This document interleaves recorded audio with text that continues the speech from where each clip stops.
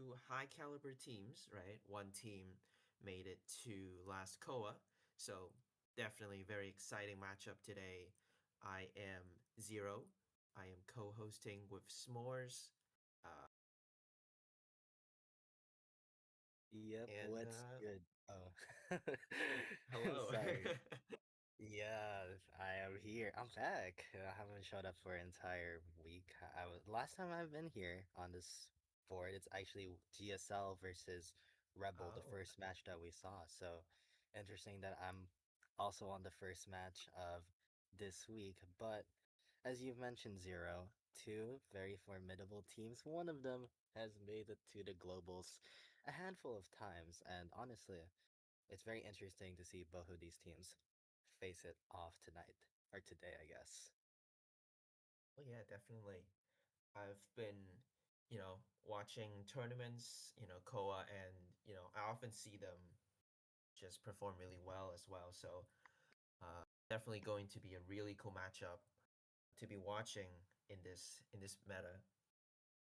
Yeah, I agree as well. Like, Omni, though, I mean, there's definitely been a bunch of changes from this team since the last time we saw them in the global stage. So, even though Omni's made it a couple of times, I'm curious to see whether these new changes will fare well for them.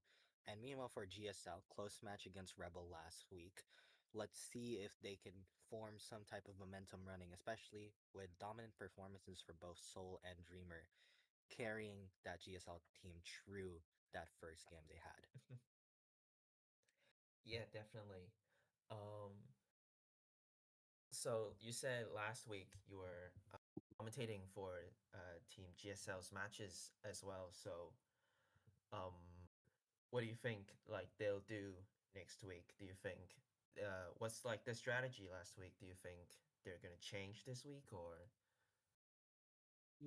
I mean, from what I've seen from GSL, from previous tournaments as well as this LO League, they love the meta. They never stray away from what is considered as the most effective tactic available. And it feels like heading into this match against Omni, we'll see the same thing. Every time they're always going to be going for what they know best, and what they know best is, well, the best characters right now in this game. So I don't think, you know, GSL is really going to be changing a lot of their game plans heading into Omni. But honestly, what do you think Omni is going to plan out here against such a meta strategic team like GSL? With my experience with Omni, I think they're also going for just meta picks because these two teams, they're very dedicated to the competitive scene. And I would assume they have put in a lot of time in, well, studying in the meta and just practicing the meta characters. So even if, you know, their opposing teams might pick a really meta counter comp, I don't think they'll shy away from picking meta hunters anyways, just because of their confidence in their um, ability and their hunters. Yeah. So I Yeah, will be definitely expecting a lot of Goatman, Hulas, Ivies, and Operas.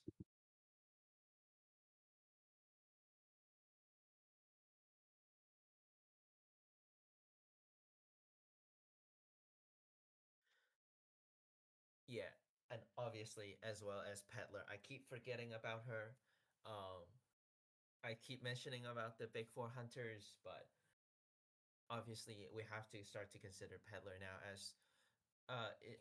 Even though at the beginning, when people are just testing her out, she may be underperforming a little bit, but uh, as I've been watching IJL, I think she's been, people gradually understanding her more and more and finding chances in her camping and chase as well.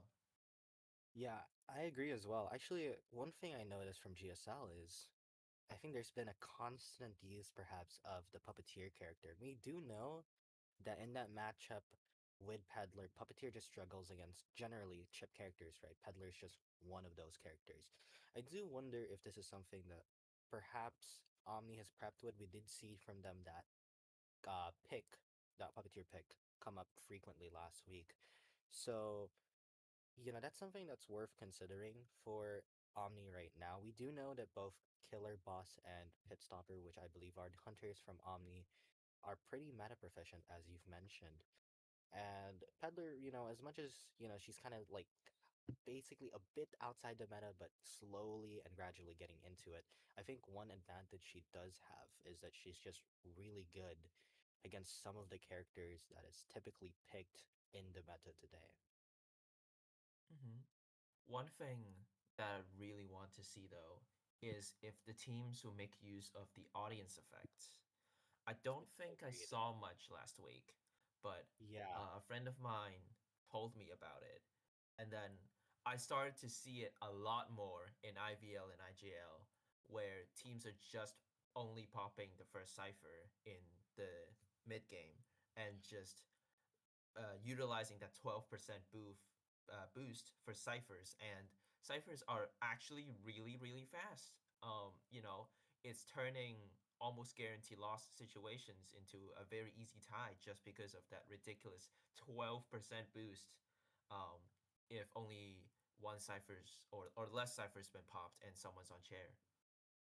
yeah, and we were also mentioning this in that match against GSL versus Rebel, whether we would see a team pull off that strat. We do know for a fact that when it comes to audience effect, at least as the meta behind that evolves, we're seeing it, get picked more frequently, but especially on bigger maps, right? Some teams have kind of strayed away from it now because the rotations are a bit too long. But audience effect is still a very effective strategy, and again, Omni GSL, two teams that are very meta heavy. They know what they're doing. They know what are the characters that are most, the strongest right now in this meta. They also know those strategies that are strong. So I wonder, heading into week two, since I don't think we saw it from both of these teams, whether they'll be pulling this off now. Maybe they've, practiced it a bit behind the scenes. So I'm really curious as to whether we will be seeing that strategy. Yeah, definitely. And I've been playing a little bit of Goatman and Hula in rank recently, and I'm hoping to learn something from our hunters here, our hunters' Yeah. performances here, Yeah, and from what go ahead. yeah, from the best Oh, of the best in our yeah, server. I mean, Yeah. like Killer Boss and Soul are like some of the best Goldmans I've seen in a while. So like definitely a lot of things to learn. I think there's a lot of things for everyone to learn.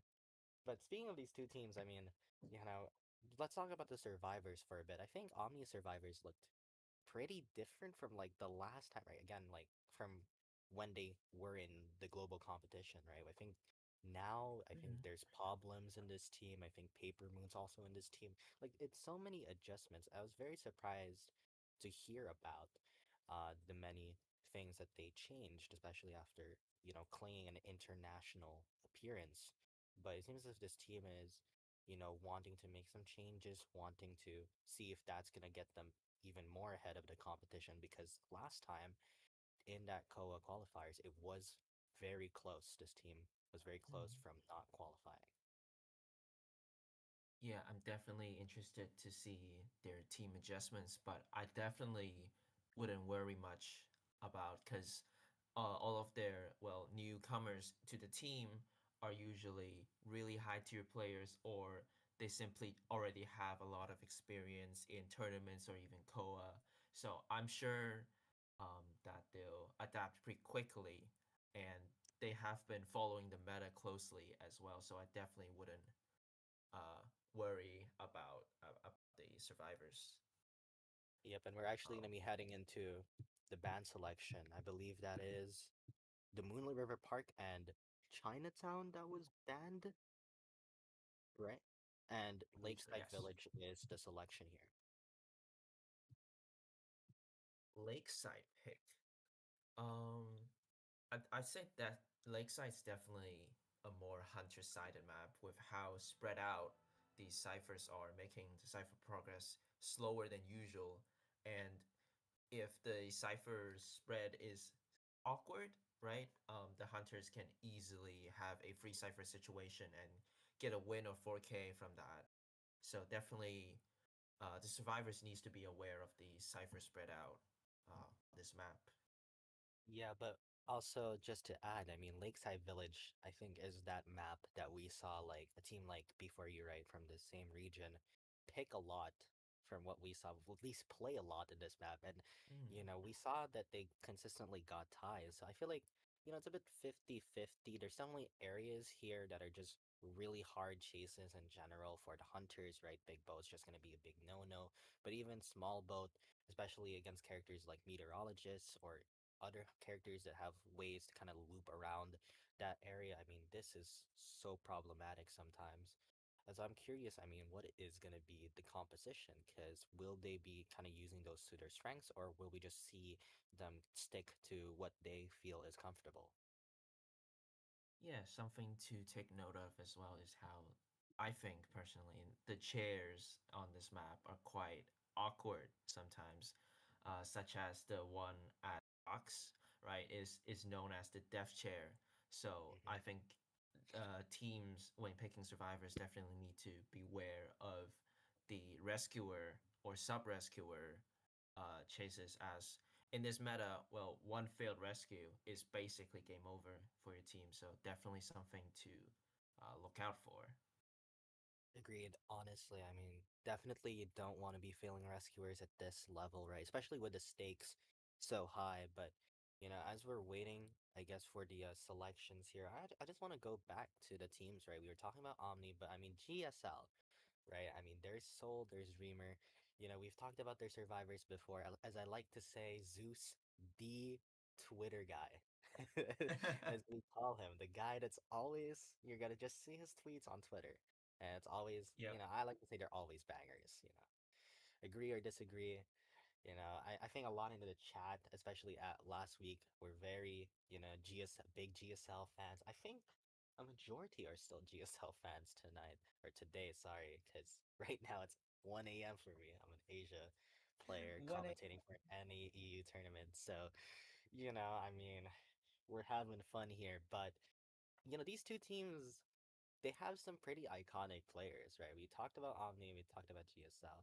But honestly, I'm curious, like, between these two teams, like, what do you think is like their strengths right now, right, for these two teams?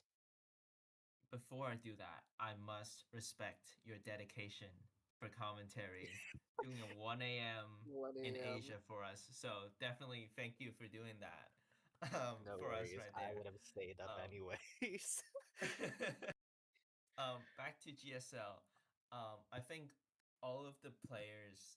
Well, let's start with Zeus. Really, um, I think he's been a really, really old player in here NAEU, and he's been through so many metas. So he's definitely someone that we need to look out for, as his character pool is definitely really, really deep. And depending on how the band picks go, he's definitely a very flexible spot for picking a character as well.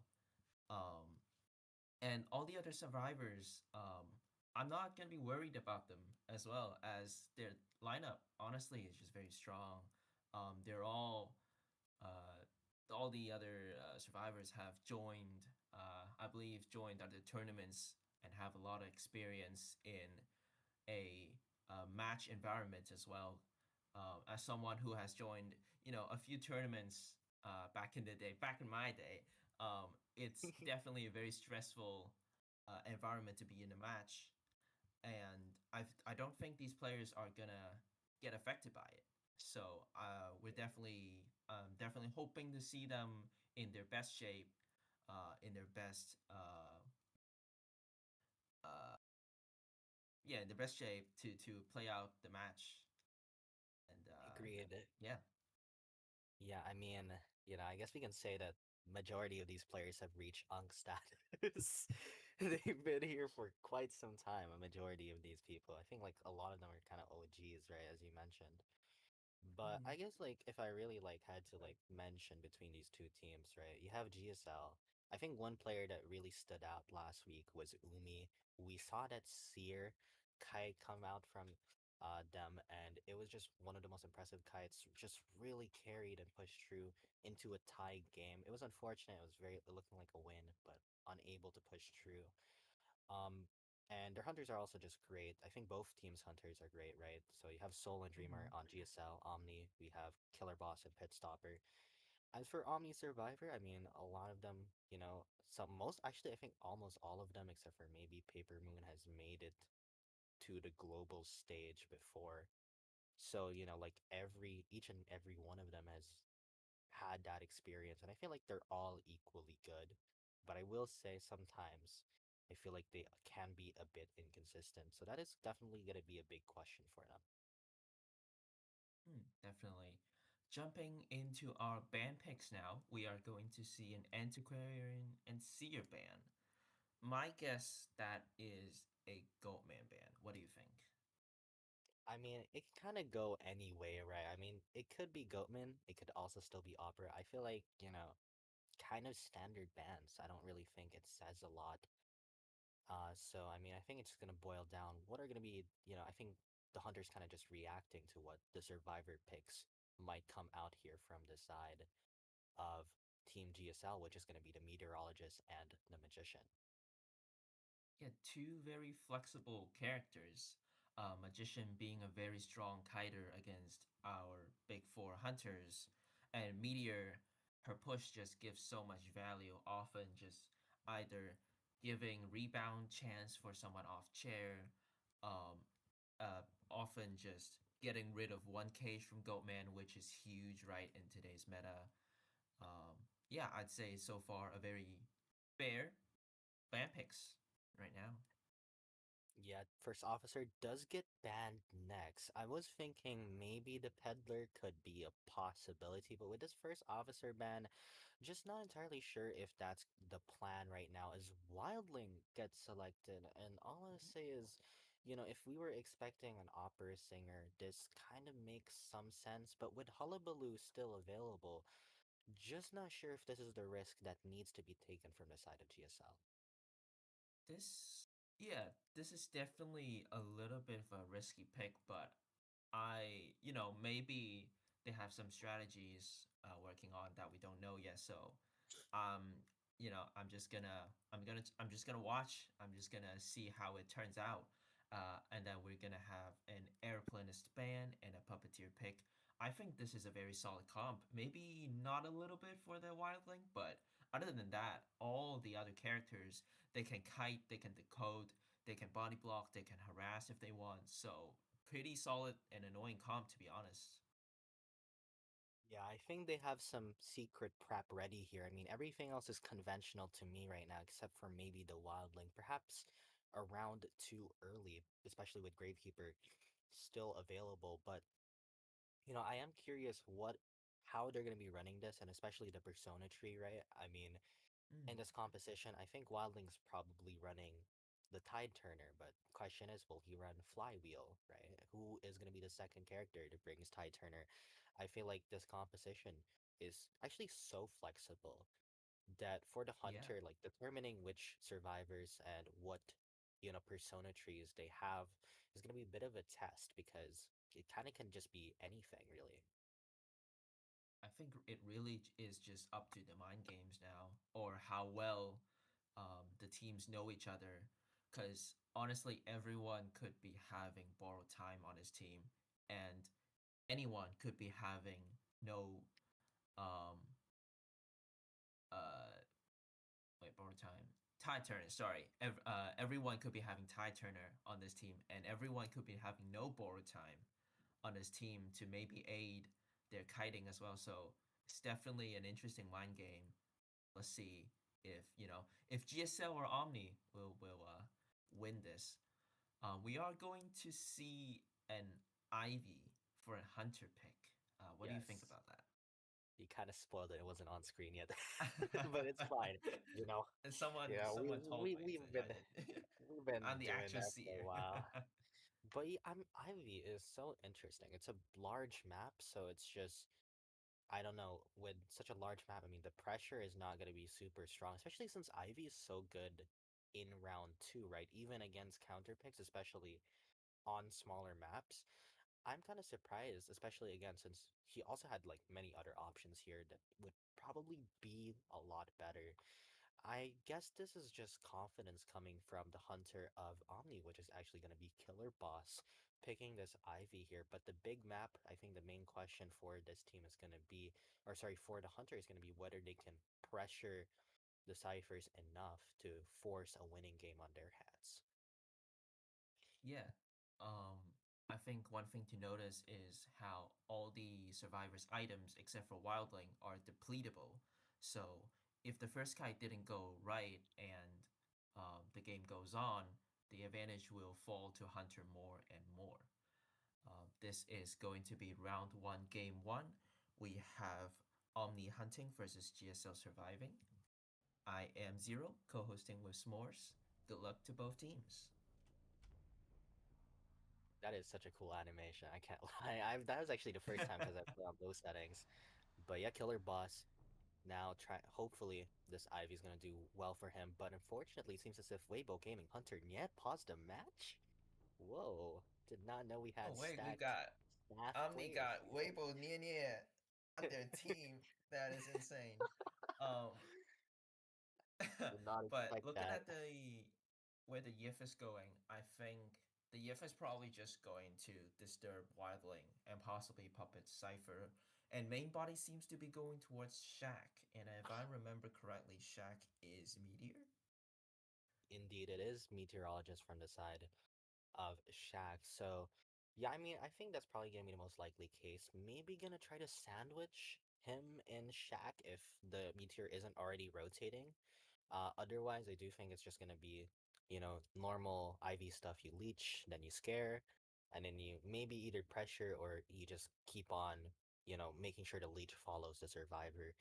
That is usually the conventional play when it comes to IV, right? So, I think we're gonna just see how it goes. He could also consider maybe switching to the survivor at Big Boat if he's continuing to pressure, right? He's gonna pressure Mhm. Wildling first. If he's gonna continue on that route, very possible he actually goes for the survivor at Big Boat if there's a bit of a miss input or miss error on their end. Yeah, I think the first guy really matters here because there isn't really an harassment character. I guess Wildling is, but Wildling harassment against Ivy isn't really the most effective there. So, and as I was saying, the first guy matters, and I think it can go 50-50 really. It depends on the accuracy of Ivy's sprays now, because I think GSL did predict Meteor getting chased, and I think she has Flywheel. So if she manages to cancel 100 of these scare marks, it'll definitely go well for Survivor. So I'd say it's a 50-50 matchup. Yeah, What I do you mean think? that's really I would say like the execution for that is gonna be hard. So really boils down here to how it's gonna go for the survivor. But Killer Boss, he's gonna be making his way, gonna be pressuring this wildling, though it's not on the cipher just yet. And yep, it is gonna be Zeus, the Twitter guy, gonna be taking this first chase right now. 12-6 actually from his side. So if he gets Zeus, down here, it's just gonna be one tide turner from the side of GSL. Zeus here kind of trapped in the corner, not giving a chance for the Yif to be sprayed. Oh, uses a strong wind, but get cancelled and a hit immediately. 7-2 scare mark still on him. This is not looking good for survivors. Ivy still with the blink, I believe. This might be a quick, insanely quick down. Gets the spray. Doesn't even have the chance to get flywheel. This is looking like a 4K game for the Ivy. Yeah, I'm just surprised that, that rotation did not look good actually from the side of Zeus, but they're gonna be forced to actually go for the rescue here. Needs to use at least one of the tide turners to stall additional time. It's gonna be Goramaku heading into Waddling Boar and making his way towards the chair right now as Killer Boss trying to make the pressure, gonna be hitting the Wildling. So this is tide turner in effect right now for the meteorologist. This kite has to count for something. Maybe at least force out blink, I'd say, as if with blink and full presence after one more hit, the rest of the game is going to be really difficult. Forcing Zeus into uh, the area gets a hit, doesn't really survive much time out of the tide. This is still looking really, really good for the hunter. Yeah, and even if they try to go for the rescue, the problem now is that there's actually an Ostracon on the chairs, so that's not great for them either. And they've only popped two ciphers. This Wildling uh decoding debuff is not doing great for them. He's actually making his way towards Goron Maku. Fortunately, gonna be avoiding the 100 suspicion. He's gonna be teleporting back here, making sure this rescue does not happen for free. And now Universal, he's gonna try to go for this rescue.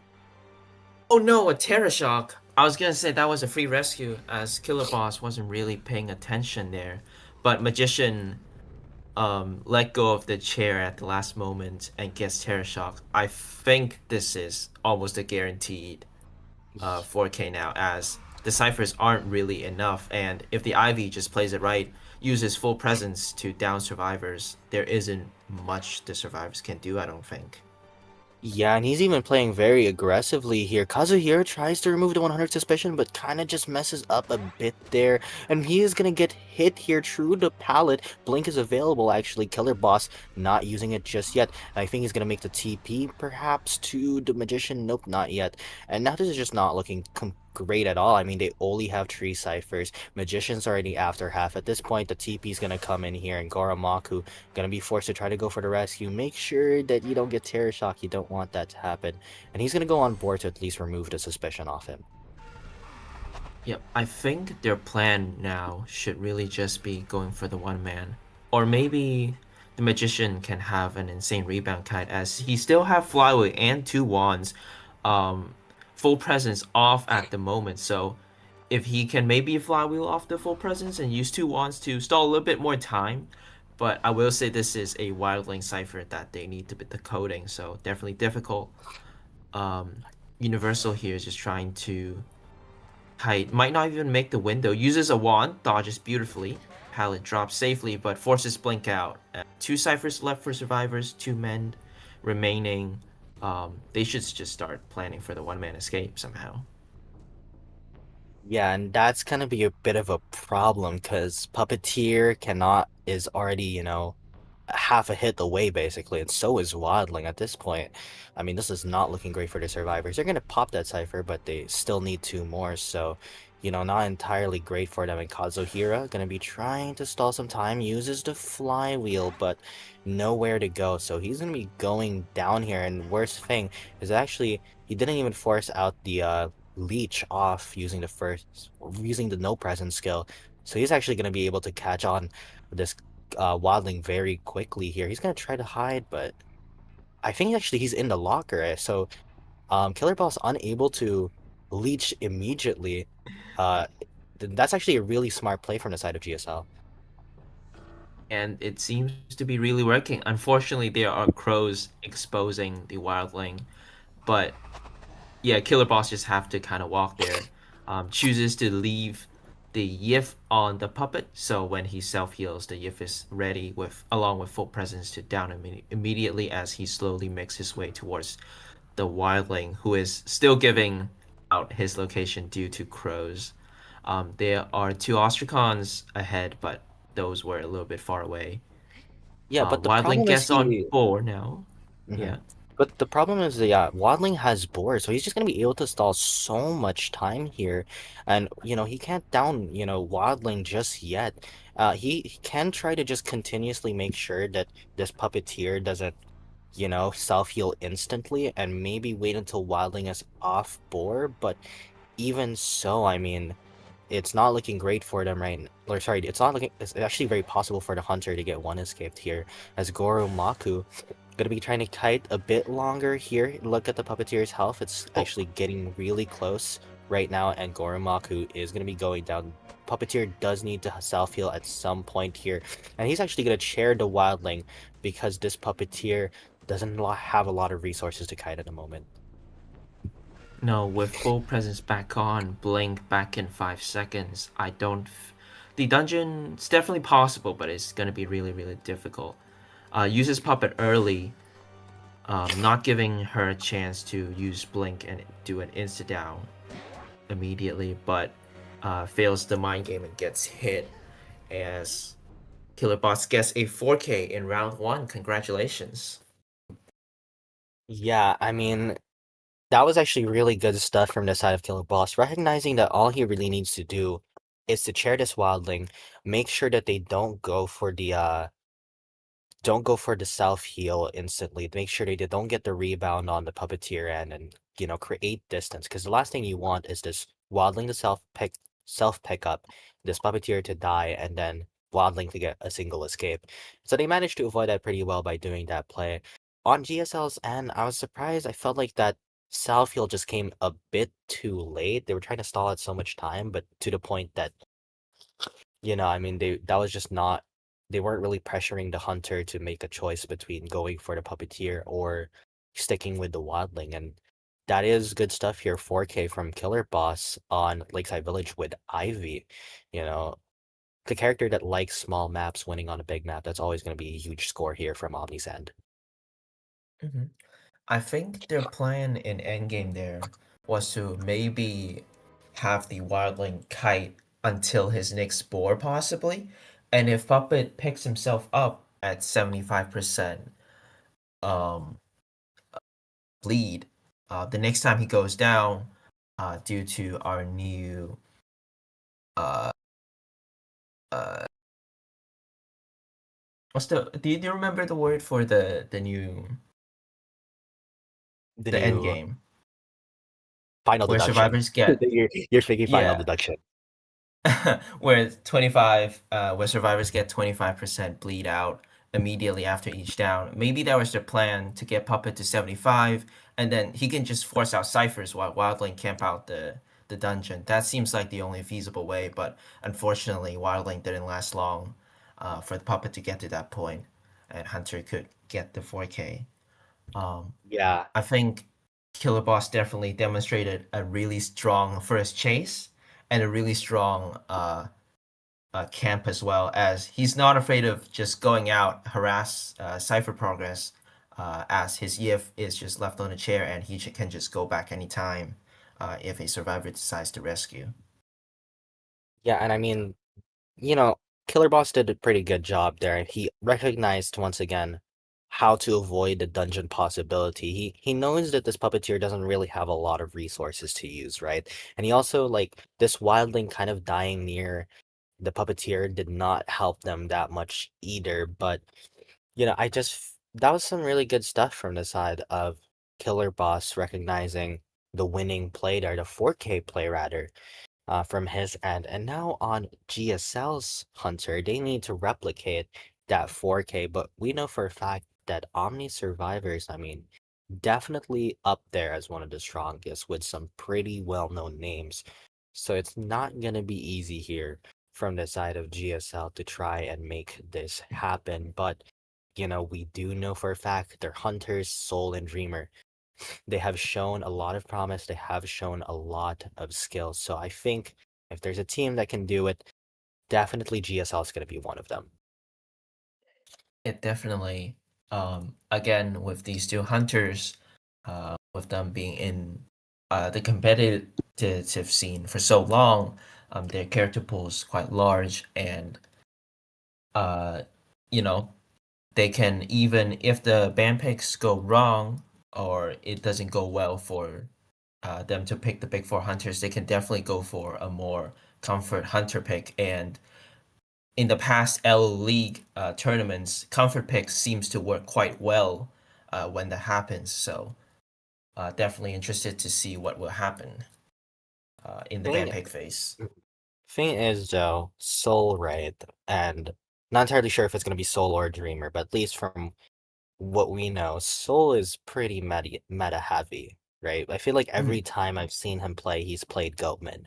And that's it. Like the comfort pick is Goatman. And comfort picks, they're usually just they're usually so effective because they're such a surprise pick, kind of just out of nowhere. And Goatman is not an out of nowhere character. Definitely a character that all teams would be preparing for when competing in tournaments. So, you know, if Soul went for his comfort character, which I'm assuming is, well, that Goatman, well, it's just gonna be a standard game to be honest. So Mm-hmm. we are gonna be heading into the bans shortly, but yeah, I mean, as previously mentioned, there's a lot of pressure right now on the side of GSL to try and 4K this back. Meanwhile, for Omni, it's just really a situation of trying to get the tie. Yeah, so going into the band picks now, we're obviously going to see the Seer band, and we're going to see a mechanic ban in such a big map. I think it is a very fair ban as the Hunter's trying to get a 4K, and mechanic with her decoding, well, really fast decoding, can almost guarantee a tie in even in difficult situations. So, um, you know, he just really wants to slow down the decoding progress so that as the time goes on, there's more chances for survivors to make a mistake and maybe for him to capitalize on it. Yeah, we are going to be seeing Puppeteer and Antiquarian from the side of the survivors. Actually, I was surprised, like, even though, yeah, Antiquarian is available for pickup, I was thinking whether they'd actually pick the Antiquarian up this early. I mean, again, they only really need a tie, right? So you don't need to pick, such strong characters. You can reserve it for other rounds. Might as well pick safer options here. First Officer is going to be their rescuer of choice as well, following a Magician ban. I definitely think it's fair to pick stronger characters because they can go all out on the character picks, survivor picks, and force out a tie. If they do, they're gonna have a 5 point lead, which is huge. So I definitely think it's fair to go all out and try to secure that set lead. We're going to see the Gardener as the last pick, and again, all of these four characters are very flexible on if they whether want to be the second rescuer or they even want to bring Sui build on them to increase their kite time. So definitely, I'd say a very difficult hunter pick. I don't think there's a very obvious weakness in this team. Yeah, I agree. I think Soul just has to go with his standard. He just has to go and play that Goatman. I think Peddler is also very possible here. Puppeteer Gardener can be a bit fragile, especially with that chip available, right? But, I feel like Soul, I don't think we've seen him play Peddler just yet. That to be fair, we only did see him once in that match against Rebel. So I think it's a very possible option here for GSL to pick up that peddler right now, especially since this composition does feel like they kind of are weak against that character. And yeah, I mean, like, as you've mentioned, this is such a standard composition. One thing I do want to mention though is that the hunter has selected the Ivy as well, and I feel like Mm. this is an Ivy showdown right now, and I mean, I'm gonna say the same things I said when Killer Boss selected Ivy, which is that this is a big map. It's not easy to play Ivy at a big map, but then again, Killer Boss did just prove us wrong a while ago. He did. I guess we'll have to see how the players do in this match. Again, Ivy, honestly, a 50-50 character, depending on how the first kite goes, how the camping goes. We are going to see two Sui builds. We're gonna have Tide and Windows for both Gardener and Puppet. We're gonna see a single flywheel for the Antiquarian and a Tide for FO, the standard build for FO. And Yeah, I'm quite an surprised. interesting spawn, don't you think? I mean, it's definitely some Ivy prep for sure. I think there's some Ivy prep here that we are seeing, but I'm a bit surprised. They ran 6-9 on both Puppeteer and Gardener. Not entirely sure what they were expecting. I thought they might have been expecting the Goatman, but with those selections, not entirely sure.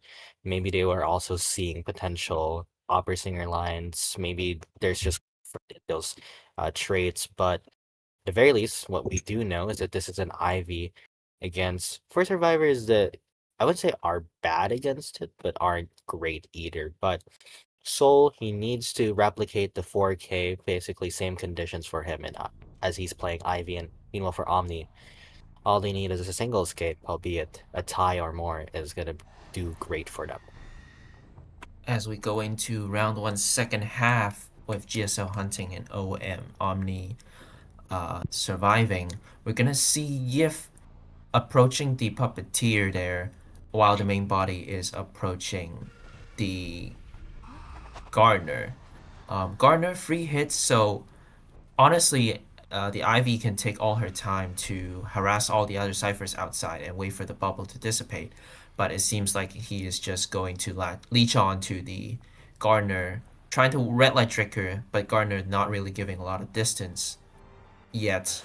Basement is big boat, so that is something to be aware of. I think IT Soul is really just trying to wait the bubble out. There's no point in hitting the bubble early. Yeah, he's not even gonna take the hit. Garner might bubbles pops already. Takes a safe vault. Blink in 5 seconds. So we'll see what happens now. Unfortunate their missed timing on the drop hit. That would have been huge for Soul, but with that miss, Gardner can be kiting for just a bit longer here. Lays doing a pretty good job right now. Cyphers look incredible, especially in contrast to what we saw in that Killer Boss match. Gardner, I think he's gonna hold out for the bubble. He does manage to get it, and I think he is going to get this vault here. Goes for the blink Oh, there, but Lace might have actually been able to vault back. Unfortunately, unable to do just that. And that's going to be a down. Will Basement come into play here? Seems as if that might be a yes. But these ciphers are looking good right now for the survivors. yeah, this is definitely a way more different game than last one. Already free ciphers. I think audience effect is coming into play for Team Omni here. We're gonna see it in action, and maybe we'll see if it works in such a big map as well. We're gonna see first officer coming in for the basement rescue. Should be pretty standard safe stuff here. Hunter can't really have one chance to get where the first officer hit and maybe get a drop down, but looks like just going to be a safe rescue as first officer goes into basement, not really giving a double hit as Gardner just tried to run out of basement. He's trying to go for the double down for FO here. FO doesn't really uses his pocket watch, so gets the double down, and he should be able to find out where Gardner is if he leeches onto the first officer.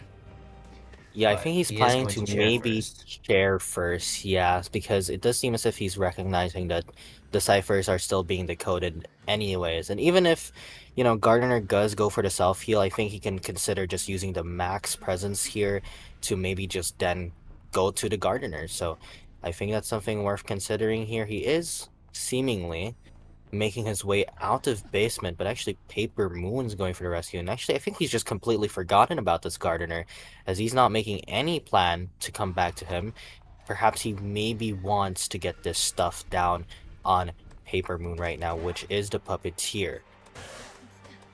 I think he realizes how far the ciphers are, and he just needs to constantly find ways um, to get to catch survivors' mistakes. We're gonna see the puppeteer staying in basement as well, unable to use his puppet, therefore giving a double down. We are going to see the last cipher only at 30% left for the survivors, but Gardner forced out her self-heal, 2 survivors down. First officer out, lost again, but we're gonna see the puppet chair happen. Everyone's just running, even though Cypher's progress are really, honestly, is primed at this point. I think uh, Soul's plan was to maybe get something out of the camp, but survivors using their tide didn't really give a chance to him. Yeah, and so now all Leia's has to do is actually just rotate to that prime decipher. And he can't even try to go for the stuff down because he's already leached the antiquarian a while ago. Maybe he could consider leeching the first officer. Blink Tries to go used. for the blink, but the Cypher is primed here. He's just wasted an entire trade. I'm not sure if that was a good idea because the pop's gonna come in, and I think he also has the watch. Doesn't even get 60 corrosion there. So I mean, this is looking terrible right now for Soul. Lei's gonna be trying to make his way to the gate and actually starting to open it. And I don't even think he's gonna get that leech in time if he's gonna keep on going back and forth here. No, this is not looking well. Gate should be opened. Puppeteer should be able to get out as well as he's just trying to guard both gates, but first officer already is he able to leech an Ostracon on the gate, so if he sees someone getting their square mark up, they'll just TP immediately. Decides to TP anyway. Puppet doesn't there's a stick there and Puppet goes down. Antiquarian should just make gets hit out of the gate as well, trying to help Puppet crawl out. Puppet does crawl out. Antiquarian stays behind, unable to use flywheel. But I think the first officer is still not opening the other gate yet, so there might be a chance for a tie. Yeah, but I mean, this is not looking great because I mean, this first officer still has an entire watch left, and he's actually gonna go for the TP. I don't think that's a good idea at all. Stitch, he's gonna be able to maybe go for the rescue, but gonna be leeching the chair here. But a terror shock. They tried to be so greedy here, and unfortunately, it's gonna be a tie, which still does mean Omni wins this first round. But wow, they tried to go for the rescue and then got terror shock. That is a series of unfortunate events, Unfortunate. but at the same time, you didn't need to go for that rescue. Bit too risky there from Omni. Paid the price, but you know what? Still in the lead here. Yeah, definitely. It's a risk that they have the points to throw away to take. I think he definitely didn't expect the Ivy to be able to swing so quickly after the TP to the Ostracon. Um, but yeah, he can also just wait for the Ivy to swing first and then do the rescue, or just run out of gate with the pocket watch and the 5 second time that it provides. So um, definitely a little bit too greedy there, but still a 7-2 lead for Omni. The pressure is still on GSL's side. Um, they definitely need to yeah, step up in next round. Yeah, and I think we really saw that audience effect to its, well, full effect. We saw that, like, the ciphers were just incredibly fast, but even outside of that, I think one thing that we noticed in Soul's gameplay, I just don't think he was aware of the ciphers at all. I think he saw four ciphers, and in his mind, he thinks, oh, I don't need to act a bit, ciphers are slow. But I don't think he was recognizing that the ciphers were really picking up on pace because this constant switching of survivors, this constant just trying to chair in basement, trying to double down. But he didn't realize that, the survivors were just decoding and decoding. And I felt like maybe he realized it a bit too late. And at that point, ciphers were primed that he wasn't really playing any sort of pressure game at all. Maybe our players here still isn't familiar with the audience effect. I think the first two ciphers not popping gave him the illusion that, oh, they're down an entire cipher, when in reality all the ciphers are primed. That's why he chose to use blink in endgame. I was gonna say, like, he has his full presence back, and he has a trump card to switch to TP, to hopefully get a tie from that. I Um, believe he didn't have but he trump card. decides to use blink, which is definitely unfortunate. But it's now that he knows that Omni team likes to use the audience effect, so it's something that he won't do it again next round. Well, to be fair, I mean, he didn't have the trump card as I was mentioning. But also, Oh, like, I just don't know what's with that blink. That didn't feel like that blink was in any point necessary. I guess the idea was to maybe try and get the double down, but he doesn't really have enough berserker, nor is like the distance from the chair even enough to like actually get the double down. So I'm just like completely confused why the blink. It did feel completely useless at the moment. I feel like it could have been hmm. useful to maybe try and keep the blink in that late game because it could be really helpful for them. But actually, I mean, I'm just a bit surprised with the way that Soul played. And I don't know, I mean, it was good stuff from both ends. I mean, we did see amazing stuffs from Soul, but I think he just kind of lost way in that middle to late game. And truth be told, I mean, that was looking really dangerous, actually, especially if both survivors managed to crawl, especially if like the antiquarian didn't actually like get down, like who knows if that could have even been a forest cape because it was looking or it was setting up to look like that actually. Hmm.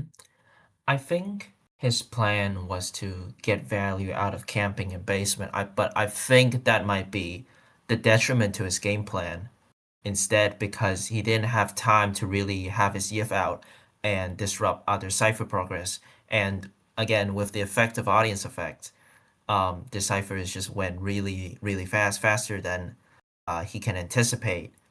Uh, that's why he banked all of his opportunities on camping, but didn't really get much out of it as they have, decently strong rescuers, being Puppet and First Officer, both bring Tide, uh, and I think he just lost the gamble and got a tie.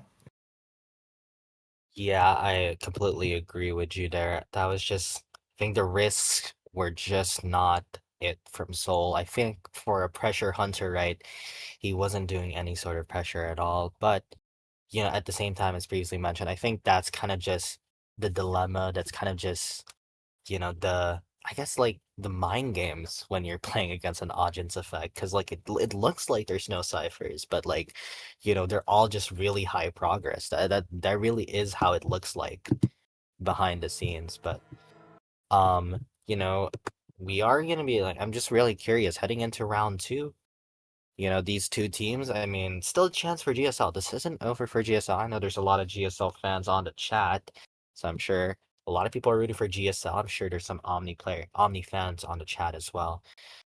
But it isn't over yet. It isn't over for any of these teams. This is just the first round, and the first round can be quite volatile for both of these teams. So I'm just curious. I wonder, round two, no more IVs on both ends.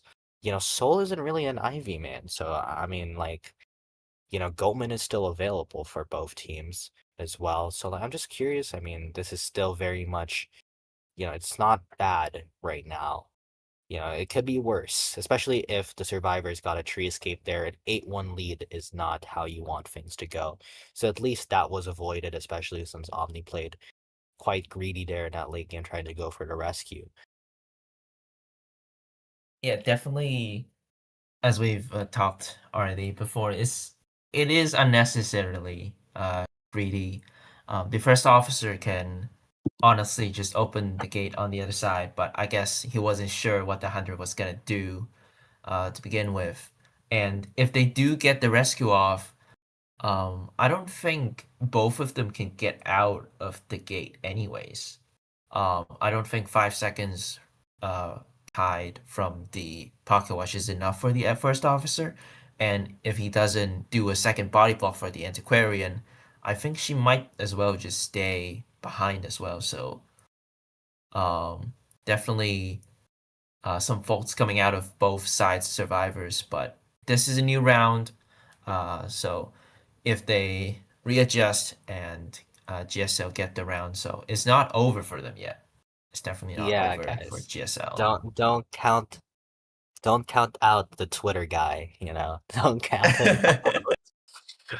And also, I mean, like, I guess one thing like we were mentioning before is the many changes in Omni, but like from the way that this first round has turned out, I'd say that it has been nothing but positive from the side of Omni. Killer Moon was, well, for the lack of a better word, killing it on that ID match. And the survivors, we didn't primarily see Lays come into play, so we didn't get to see them just yet. But the comms do look great. They do seem to have great understanding of the audience effects. So I think, this team pretty well formed as now we are seeing Red Church pick here after a Sacred Heart hospital ban. And GSL survivors a chance to maybe get their revenge as they'll be the first ones up. Yeah, so Red Church pick available for a lot of the hunters, really. I'd say this is a really two-sided map because the ciphers are really quick for survivors. on this map, and if they ever want to utilize the audience effect, rotation for ciphers aren't that long as well. But on the other side, for hunters, um, if they pick well, namely, I don't think Opera's good on this map just because of the amount of pallets here. But if they pick Hula or Goatman, this is still a pretty flat map as there isn't any two stories for survivors to be utilizing. So uh, the band pick I think is very important here. Opera is still very much playable on this map. I mean, yeah, there's the palette issues, but I do think that with how small this map is, just great dash areas actually for Opera in a Mm. map like this, which is something she struggles with on some other maps, such as like Sacred, right? Which is one of the bands here from the map. Speaking of, also just wanted to, as we're waiting for the selections here, just wanted to briefly mention, someone said KSI music is goated. Just, just, just wanted to ask. I'm not sure if they're talking about the commentators or someone in the chat, but like, listen, for last I checked, I did not think KSI music was goated. A zero, do you think KSI music is goated?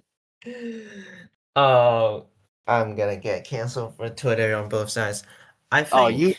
you think? Oh no. Wait, wait. Oh, so No, you no, so no. you so there okay, continue now. Go ahead. Um, I'm sure everyone is aware of the song Thick of It. All right. Okay. I don't think it's terrible. I don't think it's terrible. It's very Yeah, corny. I I don't guess think we it's got terrible. the Mm, listen, He listen, just man. I promoted it think at a very, very wrong time.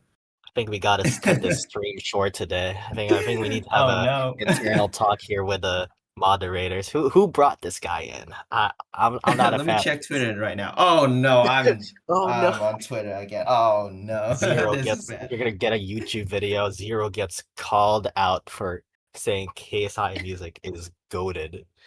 I But didn't say anyways, that. I just say it's not terrible. This but guy yeah, is just trying to cancel me. listen. If you think KSI music isn't that bad, I think it's just as I think it's the same like argument as saying he's goaded because goddamn, he's just not good. I'm sorry, but yeah, I mean we're gonna head right back into this match as we've got the first two bans, Antiquarian and Fire Investigator for the side of Omni. No seer ban, so I definitely think a seer pick is not bad here. For GSL, we're gonna see an opera ban actually. Maybe it's me. I just don't understand the meta well enough. Cause usually in IVL when I see an opera in Red Church, they don't usually work well just because of like the palette spam the survivors can do. But it's definitely still something to be worried about. And they can focus on countering the Goatman and Hula by picking these survivors right here, Gravekeeper and then Psychologist, just basically 3 hits and 4 hits if they want to be the first chase. I'm a bit surprised they did not pick Novelist immediately. We do see Enchan third pick here, and the reason why we're seeing her actually come out here is because, well, these first two bands does feel like it's a bit leaning towards maybe a peddler. Considering the fact that Antiquarian and Fire Investigator was banned, Seer wasn't, we can kind of assume that there's a lenience towards perhaps a chip hunter. Considering also the fire investigator is banned even though Ivy isn't available anymore. I mean, I do think Peddler's very possible here, as we do see surprisingly a forward pick in the side of GSL. Not sure how to feel about that. You have already Enchan and forward, plus if this is a Peddler, we're talking about additional stun resistance, right, from the rocks, as I like to call it, Mhm. the candy looking rocks, as I like to call it. But like, I mean, not entirely sure, because like I feel like GSL not recognizing that maybe a peddler's a mist. I was expecting novelist over enchant, but like still kind of works. And I mean these picks very interesting for at the very least coming from the side of GSL. Definitely think they are targeting the Goatman and Hula. As Goatman and Hula, they are quite afraid of harassment at times if their resentment is low. But as you said, Peddler, honestly, quite a good pick for the Hunter as they get to just counter the Enchantress and the forward harassments. But we are going to see a Dream Witch coming in. Uh, honestly, a little bit of surprise for me, but honestly, it might work out as this the coding speed isn't really that quick for this team comp. I mean, Um, this composition outside like it's so 50-50 because on one hand, Gravekeeper, Psychologist, not the greatest matchups you want to have as Dream Witch. On the other hand, Enchantress just will not do anything in this matchup, to be honest. she And is going to forward be a lucky guy. cannot, yeah, like just fodder for this Dream Witch, likely the first chase too. And forward not gonna be able to harass either. So, I mean, Dream Witch, that's something we know that Pit Stoppers actually has as a hunter who is hunting here for the side of the survivors. Umi is on the Enchantress, and as I've mentioned, I mean, in this team, Umi's probably the strongest kiter, so I'm a bit interested to see because it's very likely that he's gonna be chasing him. He could consider chasing Psycho, but with an additional hit, just don't know if it's gonna be worth it. I definitely think both chases are valid. If they just want to go for a more easy chase, they can just go for the Psycho. And Umi being on Enchantress, I think is absolutely fair because the pressure all honestly all relies on the Enchantress being able to kite or possibly harass, but not really recommended against the Dream Witch. Match we're gonna see going into the match. Yep, Pitt is just going for the psychologist who is rotating into church. Skipping church, going to mid broken immediately.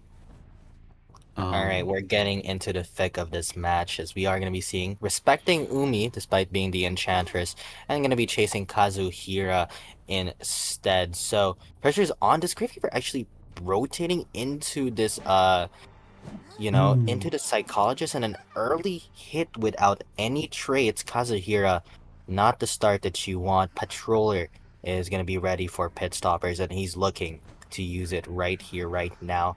That's going to be one bite here, and the main follower leech is going to be making his way. I'm not sure about this rotation. Giving I'd say two free hits, no leech hits yet. The second patroller is ready already and just gets deployed immediately. Cycle isn't really going for distance, going back to the leech if she gets bit once. Yeah, doesn't even need to do that. Flywheel, I think Flywheel got used, but didn't really manage to counter a bite. And ciphers are really slow for the survivor side as they have a forward and gravekeeper. And we see the gravekeeper rotating for a little bit as well. Dreamway trying to move the psychologist into basement. I think she will. This is looking really good for the Dream Witch. Yeah, I mean, this is a terrible start for GSL right now. Good news for them, Gravekeeper exists, so maybe they can still go for that rescue in basement. But even if they do, right? I mean, they just have, I believe that's actually two leeches on top. Umi actually gonna be running a bit towards the survivor here, Gravekeeper gonna be taking a hit. This might actually be an after half rescue even. This is looking a bit scary right now, and it's gonna be the case. Insta after Oh half no. rescue, not the start you need as Kazuhira is also taking a hit as well. Think some harassment needs to be happening, forcing out the second shovel out of Gravekeeper. Gravekeeper already having no items after one single rescue. He might honestly just switch to Blink. Yeah, there it is, and misses a hit, but I don't think Gravekeeper is getting out of this one. Gravekeeper might get basemented as well, as she won't really lose Psychologist as well as she is leeched. Forward is there to pick her up, and only one leech they're trying to de-leech, but doesn't get that in time. Only one leech in the vicinity. It is opportunity for the forward to until well, the leech happens.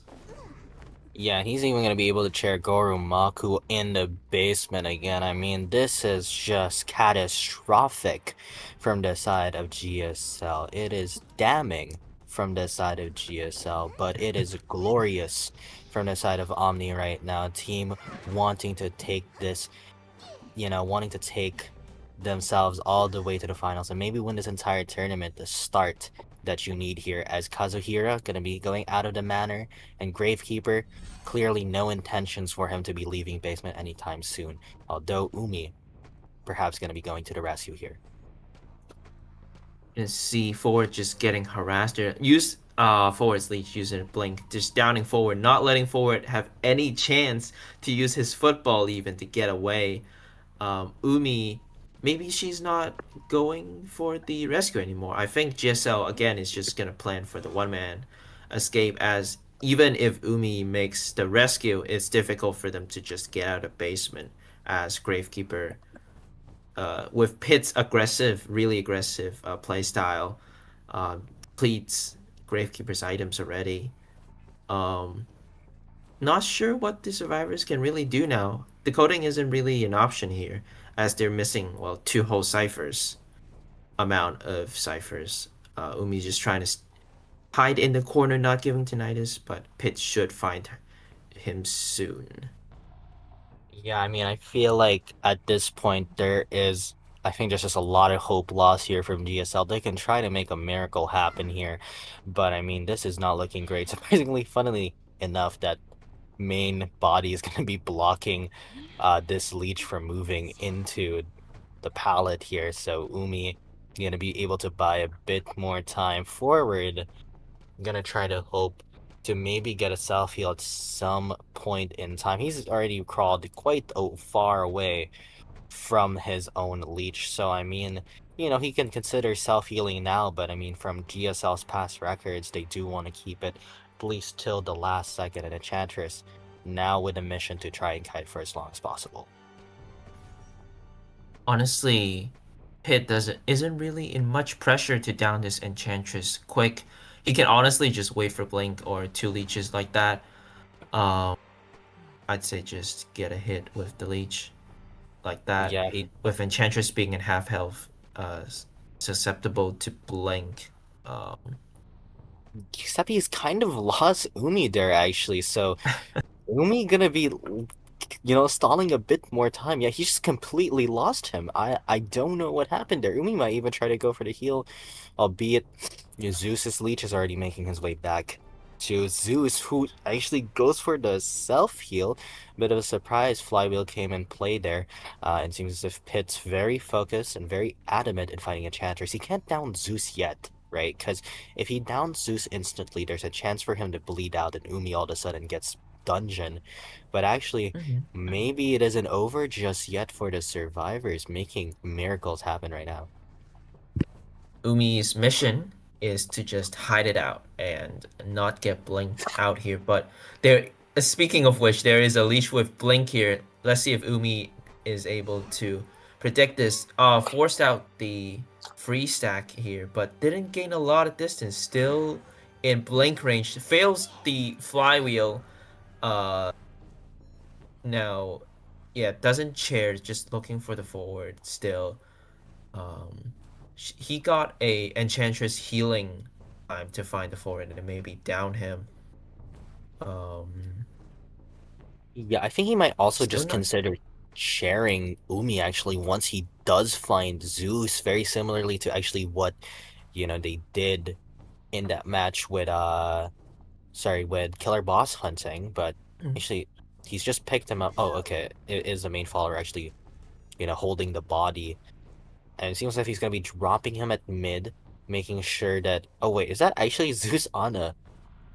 Zeus on a locker again? I mean, this is the second time they ran a locker play, and I think it's been working dividends for them. But Zeus gonna be leaving the locker now and gonna be trying to hide away, and it seems as if Pitt's struggling to really find the survivors. Umi looking to maybe self-heal. They did press the cipher again. That was a mistake that they did last time, or they didn't do last time. And it seems as if he's found Zeus, but wait a minute, he still has it there.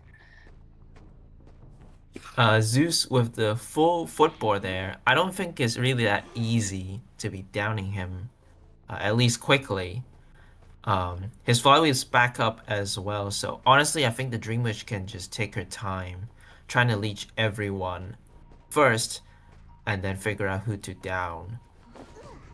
Yeah, Um, I think what he's trying to do is try to get away from the chair as long as possible. And he's not gonna down Umi, but wait a minute, look at this chair time. It's not looking good. This leech is also gonna get he's actually very close to deleeching soon. I think he's gonna be chairing Umi here, but actually I think there's a chance for Zeus to try go for a stun and just rescue. But I think he's just too far, yeah. Seemingly. I don't think he's gonna be able to do just that. But oh, wait we're a gonna minute, see he's actually football going for use. it. Oh, we Oh, no, that's he he's doesn't just actually running go for away it. I from thought leech. he was just running from the leech. I thought he might actually be going Oh, another for the one. play here. Uh, Strongman game from Pit here. Um, Zeus expecting Pit to just swing, but Pit being the seasoned hunter that he is not going to swing that easily. Securing the 4K for Pit Stoppers and Omni. So the pressure lies on GSL's Hunter now to get the 4K to just continue the match. Yeah, I mean, that was looking kind of dangerous from the side of, GSL. Or sorry, from the side of Omni. I guess you could say that GSL right now is at the thick of it. Don't you think, dear KSI Okay. fan? The double But dip I is mean, crazy here. listen, GSL though, I mean, they were about to make a miracle happen, but unfortunately just unable to perhaps pull it off there. But yeah, I mean, this is pressure is on right now for GSL to try and make the 4K back. I think it all started with the poor rotation from the Psycho here, honestly, because she was kiting all around basement. Psycho giving the free hit to the Dream Witch is absolutely detriment because Psycho usually Dream Witch doesn't really want to chase her as she can force out two patrollers and then what? You know, the third hit is usually really difficult to connect from the Dream Witch, but if she gives a free hit like that, everything changes. Now she's just a lucky guy. And um the hunter able to utilize basement and just force out the after half for a rescue as well. Uh, it's definitely not looking good for GSL survivors. If they ever get around free, they really need to step up in their communications and rotations. Yeah, also just like the kite from that early game kite, just not the greatest kite there. I mean, I felt like just losing the sense of direction in that moment. They're just kind of unsure of where to go in that entire kite. But I mean, Pit Stopper also just showing up, really just showing why his Dream Witch is such a problematic character. And as previously mentioned, pressure is on right now. GSL needs to 4K this back. And although it's no longer Soul and now Dreamer playing, I do think Dreamer, just as skilled, if not even better, than Soul right now with the way he was performing last week. Hmm. I think for Omni survivors right now, again, I think it's absolutely fair for them to pull out the strongest survivors they have, as they only need a one man out. So we might be seeing some embalmers, we might be seeing some wildlings, we might be seeing mechanics if she's not banned. So definitely a lot of options here for Omni survivors, and definitely a lot of pressure again on GSL's Hunter to make this 4K in again a small map. The coding is really quick. If a quick down doesn't happen or a really good camp happens, it's quite easy to tie on this map, I'd say. Agreed. I mean, I just feel like this is just a lot of pressure right now for GSL. And, so many Thai characters available for Omni. I think if you weren't seeing it like last week, actually, GSL faced Rebel. right, last week. And round Mhm. three, first half, I believe it was like four ciphers remaining, Dreamer basically guaranteed 4K, but then Embalmer comes in and just wastes so much time and bleeds out and they get dungeon. And I feel like Omni, they can consider picking up that Embalmer, even though this might not be one of his best maps. I mean, he's just so problematic, and he's so good at securing a single escape, which is just all that Omni needs at this point. And we saw how much trouble that was giving Dreamer, right? And I think that's very ideal actually for the side of Omni to consider that, or maybe other, strong Thai characters as well here. I think this is the time for Dreamer to show off his ability in meta characters. Maybe. Again, a Hula and a Goatman is definitely viable on this map, and the characters is if they do well, survivors can't do much. Um, so Hmm. Yeah, I mean, all I say is pressure's on, but as a good yeah. friend used to say, pressure makes diamonds. Hmm. So I think there's just a lot at stake here right now, especially since I mean it's just for GSL, it's go big or go home, right? You kind of cannot. You can kind of. I think they can consider going comfort. I think they consider going meta, but you got to go big. That's the main strat, right? You can't be playing characters like Anne, in a time like this. Maybe Bloody Queen also just not great at a time like this if they're even considering those characters. You have to go all big. That is the strategy right now for GSL, or that is the needed strategy for them to try and win this. And for Omni, I mean, just play safe. I mean, we don't need to see, mistakes such as first officer trying to rescue in that end game, even if right the situation is favoring them and they do look like they're in a winning position, they shouldn't really be risking too much, right? And just play how they usually would be playing. Yeah, I definitely think GSL is ready to go big or go home, as shown in the last round. Even though we might not agree with forward and enchantress pick, but I think it's necessary as they were 5 points behind, and they just really have to go aggressive on their side and make something work. Hope for a miracle and go for the 3 man or 4 man from survivor side. But obviously, with a risky play like that, it's difficult to make it happen. Um, and unfortunately, their opponent was Pit Stoppers with the experience and character pool he has. He was able to handle it uh, very well, as we've seen. Just knowing what to do all the time, even in endgame. Just not giving GSL even a chance to get a 1 man. Uh,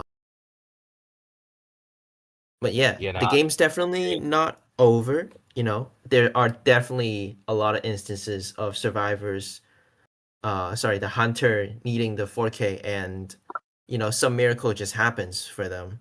So it's definitely possible. I guess you could say that in this situation, Dreamer needs to be on his prime to make sure they don't get eliminated. I am on the verge of quitting commentary here. No, I'm just kidding. We're gonna be going on break. Just kidding, guys. Don't leave right now.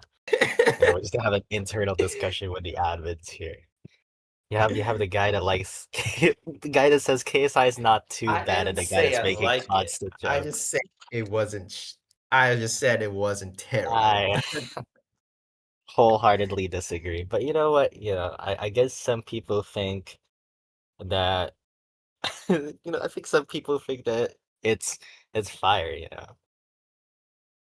Now, I wouldn't say that. I I would guess, but I do wholeheartedly think that disagree with that as well. I do But I do think that some people like I do think the people who say that probably have some drama when it rings, if you get what I mean.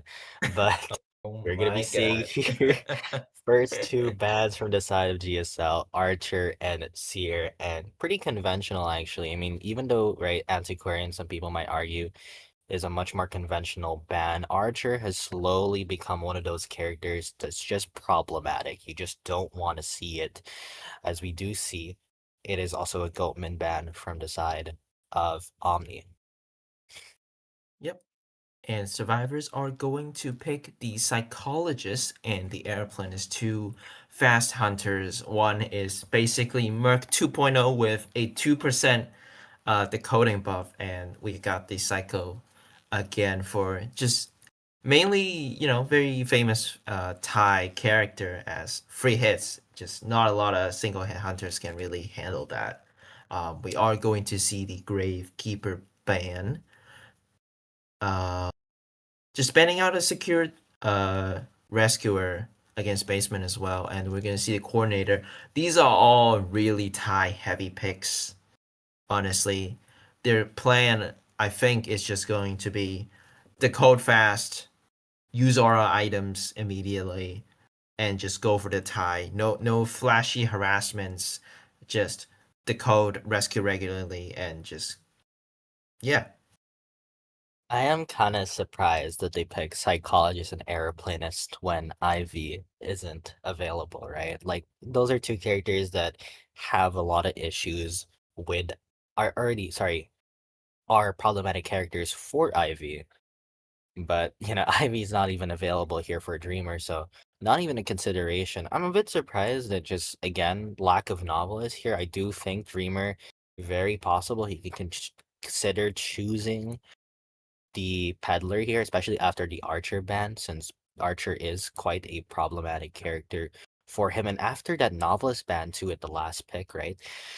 Just seems as if Dreamer is saying, yep, I'm gonna be picking peddler, and you're gonna do nothing about it here. But I am curious what is gonna be the pick here in the end from the side of GSL. Yeah, I guess completely random guess is that it is going to be an opera singer, as shown on the screen here. Wow. No Yeah, way. I just Lucky, know man. what GSL Hunter are gonna pick. I just know. I don't know why. Um, but yeah, opera singer definitely a bit of gamble, I'd say, because I don't think there are really easy chases. Airplane is basically budget elbow pads. Gun almost can guarantee a 60-second kite. Free hits from psychologist and some well placed bombs can really give issue to the opera singer, as per I like to call it backflip thing. The acro can just vault a pallet and then bomb through it again, just making the backflip useless for opera. So uh, That is not that an is a easy new matchup term. for Backflipping. That backflip. is Yeah, because she sometimes do a front flip, she sometimes do a backflip. that to be fair, it does look like I mean I think it is a backflip though. So like, I mean that is one way to describe it. But we're gonna be seeing here area selections here from the side of the survivors. I think the obvious chase, Stitch, the guy, even if it is the graveyard here, which can be a bit problematic for the opera singer with so much palettes. I mean, Stitch is probably the weakest character here, right? Acrobat has three balls to basically use. Airplanist has three jetpacks to use and also has access to middle. And Fluff is just way too far. Plus, it's the coordinator, so not really ideal at all. So I feel like realistically, I think going for the psychologist might be most ideal here. But really, regardless of who he chases, what he chases, right? Or what he does. He needs to go for the 4K. He needs to be aggressive in this game.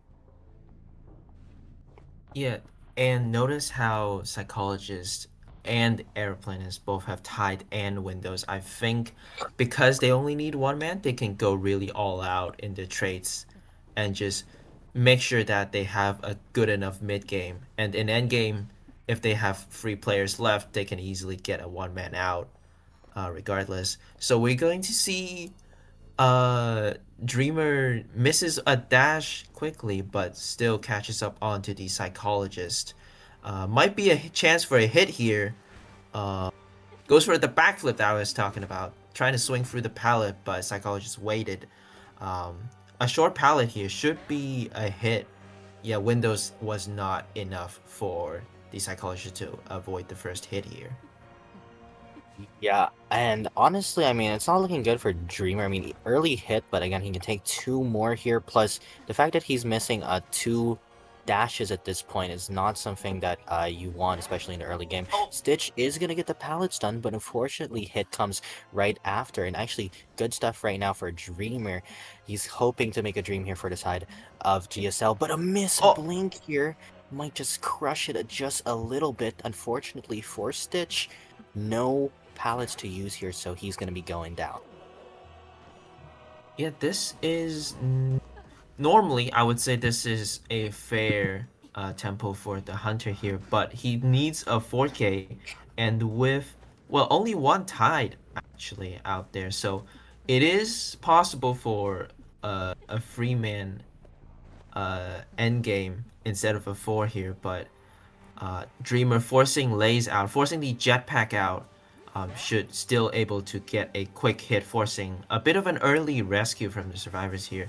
Yeah. Psychologist running the opposite direction as the arrow, not giving any chance of uh, double down as well. Dreamer, the airplane is having a pallet there. Dreamer doesn't really want to go for it and possibly lose the psycho, so just off to opted for the safer option and just chair her right after Tide. Yeah, but look at these ciphers. I mean, two are about to be primed, and Aeroplanus is working on a new one, and Paper Moon, or actually, yeah, it is Paper Moon actually going for the rescue. I was thinking maybe it was going to be Cord, but wait a minute, Paper Moon getting caught a bit early here, so not what you want, but red ball could be very crucial here. He needs to get this red ball. He does manage to get the red ball, so this rescue gonna very much happen here for the side of Dreamer. And now we are going to be seeing here, it's going to be Psycho have a chance to kite here, but I mean, even if he doesn't, looking like a very huge tie opportunity for the side of the Survivor. Stitch Gets seemingly a unable to get this pallet. Yeah, quickly gets a hit right here, even with the red bomb support from the acrobat here. But I will again just look at the ciphers because of the audience effect. All the ciphers are basically primed. There isn't a lot of time for Dreamer to control ciphers here, and I'd say after this one down, ciphers might be primed already. Yeah, they're double priming it. I'm not entirely sure why. I feel like they should just pop one so they can have another one just go to the gate, but maybe they're a bit concerned that maybe they actually won't get it primed in time just yet. But now they did pop one of the ciphers, which is, I believe, Chord's cipher. And now they're heading into this late game. Unfortunately, though, nobody's at gate, so still a chance here for Dreamer if he gets the down on this Oh, acrobat who misses the ball. this is the chance for Dreamer right here. He can choose to chair. Gate wasn't really touched yet. No one's at the gate. Aeroplane is with two jetpacks. Need to last until the acrobat self heals up. Dodges a hit with a vault. Another chance here for a down. Uses his jetpack, but isn't really that effective. Dreamer does miss a dash, but does get Airplaners down. Coordinator still out and about with a gun as well. This But is Dreamer still difficult. Yeah, but Dreamer thought that this coordinator was decoding the gate at the red carpet, but he's actually made all his way all the way to back gate, and this is not looking good. It seems as if he's going to be able to open this gate with gun also. It's going to be just impossible to make any use of this. Fluff and Paper Moon probably at least going to get a single escape, but with that miss ball actually, but with that flare gun, gonna be able to guarantee at least a two escape. But wait a minute, Aeroplanus looks like he wants a bit more, but without dungeon here, he's actually all the way at back gate. No use here, and seems as if they've both recognized it's Omni taking the win here. Unfortunately, Dreamer did not make the dream happen, and unfortunately for Omni, they're gonna be continuing their dominance here. A 2-0 victory statement here from the side of Omni. Congratulations, Omni. I don't think the Opera really have a lot of major mistakes this game, but the band picks, the ciphers really was just too quick. Um, Even when Acro missed a bomb and given a little bit of chance for the 4K for Dreamer here, they quickly adjusted and just won the mind game, having coordinator sneak back to back gate and just Purple opened the gate. And with gun in hand, there isn't really much Dreamer can do about that. Yeah, and I mean, just unfortunate. I feel like also like, I just remember like I was scrolling through JPIDV the other day, and I remember someone saying that audience effect is ruining the game.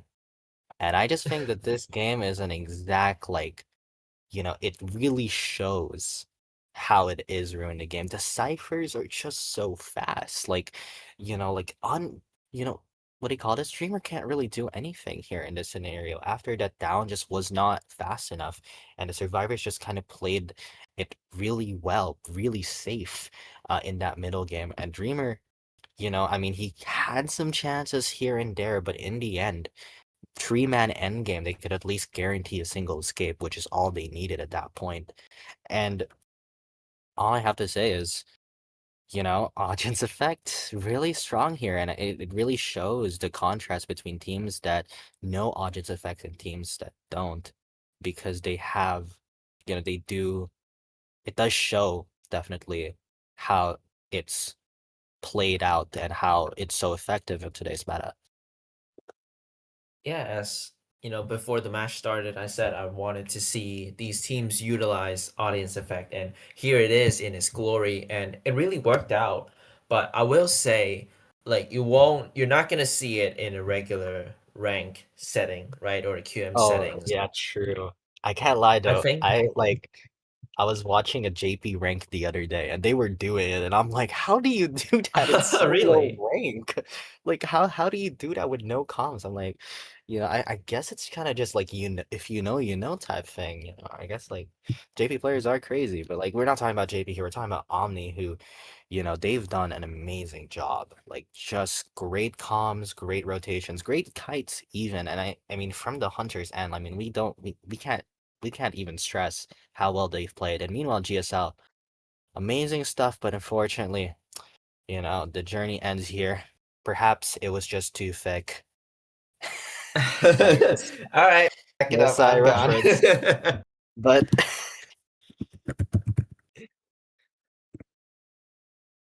But yeah, I mean, the next matches, I mean, there's still more matches, guys. Even though it's not today, it's gonna be still tomorrow.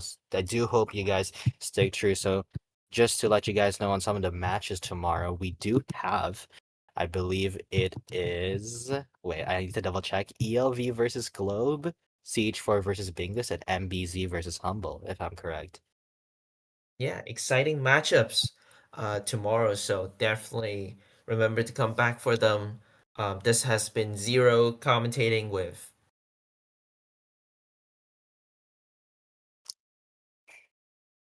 S'mores. Am I supposed to say? Well, I thought you were gonna say Yeah. my name. I was wondering if because like I was getting the, bacon sandwich like reference. So like I was thinking whether you were getting confused too. But yeah, it Oh, is Morris here alongside with Zero. Thank you so much for joining us tonight or sorry, today. It's night for me. And we hope to see you guys next time. bye bye.